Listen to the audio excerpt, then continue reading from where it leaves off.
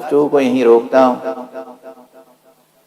شب شہادت مصطفیٰ بلکہ روز شہادت مصطفیٰ. سرکار رسالت میں آپ کے لیے میں شہادت کا لفظ استعمال کر رہا ہوں. ہاں آپ شہید ہیں.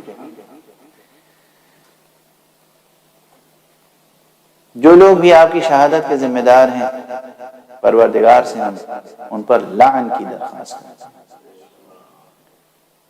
پیغمبر کو بھی اذیتیں دے کر المناک اذیتیں دے کر شہید کیا گیا. زہر کے اثر سے شہادت ہوئی. بس 2-3 فقرے عرض کروں گا. حضور علیہ السلام کے جسم مبارک پر زہر کے اثرات پیدا ہو چکے. درد ہے، تپ ہے، خستگی ہے اور بار بار غشی کسی کیفیت آتی ہے. اور اس درمیان میں بھی حضور علیہ السلام کا کمرہ ایک مرتبہ صحابہ سے بھر گیا. آپ نے آنکھ کھولی تو پھر آپ نے امیر المومنین علیہ السلام کا ہاتھ اپنے ہاتھوں میں لیا اور اس وقت پھر کہا کہ دیکھو انی تارک فیکم الثقلین، میں 2 چیزیں تمہارے درمیان چھوڑ کر جا رہا ہوں. اس وقت یہ جملہ آپ نے کئی مرتبہ ارشاد کیا، لیکن اس وقت آخری لمحات ہیں. صحابہ سے کمرہ بھر گیا، حجرہ مبارک بھر گیا. آپ فرماتے ہیں کہ میں 2 چیزیں چھوڑ کے جا رہا ہوں. بعض روایتوں میں آپ نے یہیں پر لفظ خلیفتین استعمال کیا. انی تارک فیکم خلیفتین، میں 2 خلیفہ اپنے چھوڑ کر جا رہا ہوں. ایک خلیفہ قرآن ہے اور ایک میری بیٹی. یہ نص مبارک یہ بتاتی ہے کہ خلافت مصطفیٰ قرآن اور اہل بیت مصطفیٰ سے باہر نہیں جا سکتی. اور اس کے بعد امیر المومنین علی ابن ابی طالب علیہ السلام کا دست مبارک تھام کر اس وقت فرمایا ہے کہ علی مع القرآن والقرآن مع علی.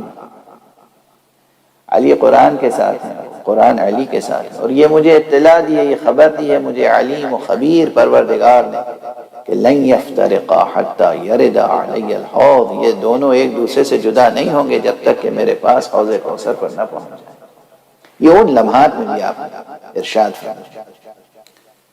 اور اس کے بعد پھر جب صحابہ چلے گئے تو آپ نے، بس یہ روایت بھی میں نے کتاب میں اپنی آنکھوں سے پڑھی ہے اس لیے گزارش کر رہا ہوں، غالباً یہ روایت کم پڑھی جاتی ہے. آپ نے بی بی فاطمہ زہرا کو بلایا، حسن کو بلایا، حسین کو بلایا. حسن و حسین کو اپنے سینے سے لگایا.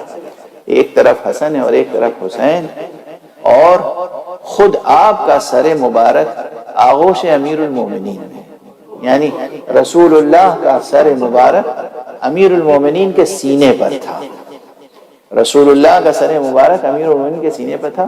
دونوں نواسوں کو سینے سے لگایا، کلیجے سے لگایا اور خوب بلند آواز سے گریے. اجرکم علی اللہ. حضور پیغمبر اکرم بلند آواز سے گریہ کر رہے ہیں.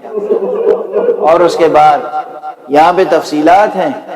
امام حسن اور امام حسین نانا کو دیکھ رہے ہیں، رو رہے ہیں، بچے بھی رو رہے ہیں، بیٹی بھی رو رہی ہے، امیر المومنین گریہ فرما رہے ہیں اور خود پیغمبر بلند آواز سے گریہ کر رہے ہیں اور بار بار ایک جملہ کہتے ہیں کہ میرے بعد تم پر بڑی مصیبتیں صبر کرنا. حسین تمہارے اوپر بڑی مصیبتیں پڑیں گی، صبر کرنا. حسن تمہارے اوپر بڑی مصیبتیں پڑیں گی، صبر کرنا. صبر کی تلقین فرما کر پیغمبر اکرم صلی اللہ علیہ وآلہ وسلم نے آغوش امیر المومنین میں جان آخری کے سپرد کی. روح مبارک پرواز کر گئی اور آپ کے دہن مبارک سے جو لعاب نکلا ہے فوراً وہ لعاب لیا اور امیر المومنین علیہ السلام نے اسے اپنے وجود کا حصہ بنا لیا. واہ محمدہ، واہ محمدہ کی آواز بلند ہوئی. اب وہ اصحاب جو حضور پر شمع اور پروانے کی نسبت رکھتے تھے بظاہر ان میں سے بہت سے نظر نہیں آ رہے تھے. کیا غربت مصطفیٰ ہے، کیا تنہائی ہے، کیا بے کسی ہے. یہ تاریخی سچائی ہے کہ 3 دنوں تک پیغمبر کا لاشا بے کفن بے غسل رہا. 3 دنوں تک، اور لوگ کار دنیا میں مشغول رہے۔ امیر المومنین نے غسل و کفن کا اہتمام کیا، امیر المومنین کی نگرانی میں لحد تیار کی گئی، پیغمبر اکرم صلی اللہ علیہ وآلہ وسلم کو آپ کی وفات کے تیسرے روز دفن کیا گیا۔ اب بس ایک فقرہ کہہ کر گفتگو تمام کر دوں گا کہ آپ اندازہ کر سکتے ہیں بیٹی کیوں تمام عمر گریہ کرتی رہی؟ کیا جذبات تھے؟ محمد جیسا باپ اور فاطمہ جیسی بیٹی، ان کی اس نشأہ دنیا میں بھی جدائی کوئی کم مصیبت نہ تھی، بہت بڑی مصیبت تھی۔ بس ایک تأثر، جب جناب پیغمبر اکرم کو دفن کر کے کچھ لوگ واپس آئے ہیں تو ان میں انس ابن مالک بھی تھے جو پیغمبر کے خدام میں سے تھے۔ بی بی نے ان سے اور بعض اور صحابہ سے ایک جملہ کہا ہے، فرمایا کیف طابت انفسکم یا کیف طابت نفوسکم ان تحث التراب علی وجہ رسول اللہ۔ ارے یہ تو بتاؤ تمہارا دل کیسے گوارا کر رہا تھا کہ تم رسول کے آفتاب ایسے چہرے پر مٹی ڈال دو۔ رسول پر مٹی ڈالنا کیسے گوارا کر لیا تم؟ کیا سوال ہے، کیا کسک ہے، کیا درد ہے۔ اور اس کے بعد مسلسل جو بی بی نے نوحے پڑھے ہیں، ان نوحوں میں سے ایک نوحے کا یہ شعر بہت مشہور ہے، صبت علی مصائب لو انا صبت علی الایام سرنا لیالیا۔ اے بابا آپ کے بعد مجھ پر تو وہ مصیبتیں پڑی، وہ غم کا پہاڑ ٹوٹ پڑا کہ اگر یہ غم کا پہاڑ روز روشن پہ ٹوٹ پڑتا تو وہ شب تاریک سے بدل جاتا۔ انا للہ و انا الیہ راجعون رضا بقضائہ و تسلیما لامرہ۔ انا للہ و انا الیہ راجعون رضا بقضائہ و تسلیما لامرہ۔ صلی اللہ علیہ یا رسول اللہ، صلی اللہ علیہ یا رسول اللہ، صلی اللہ علیہ یا رسول اللہ۔ پروردگار ہمیں علوم قرآن اور معارف اہل بیت سے آشنا فرما۔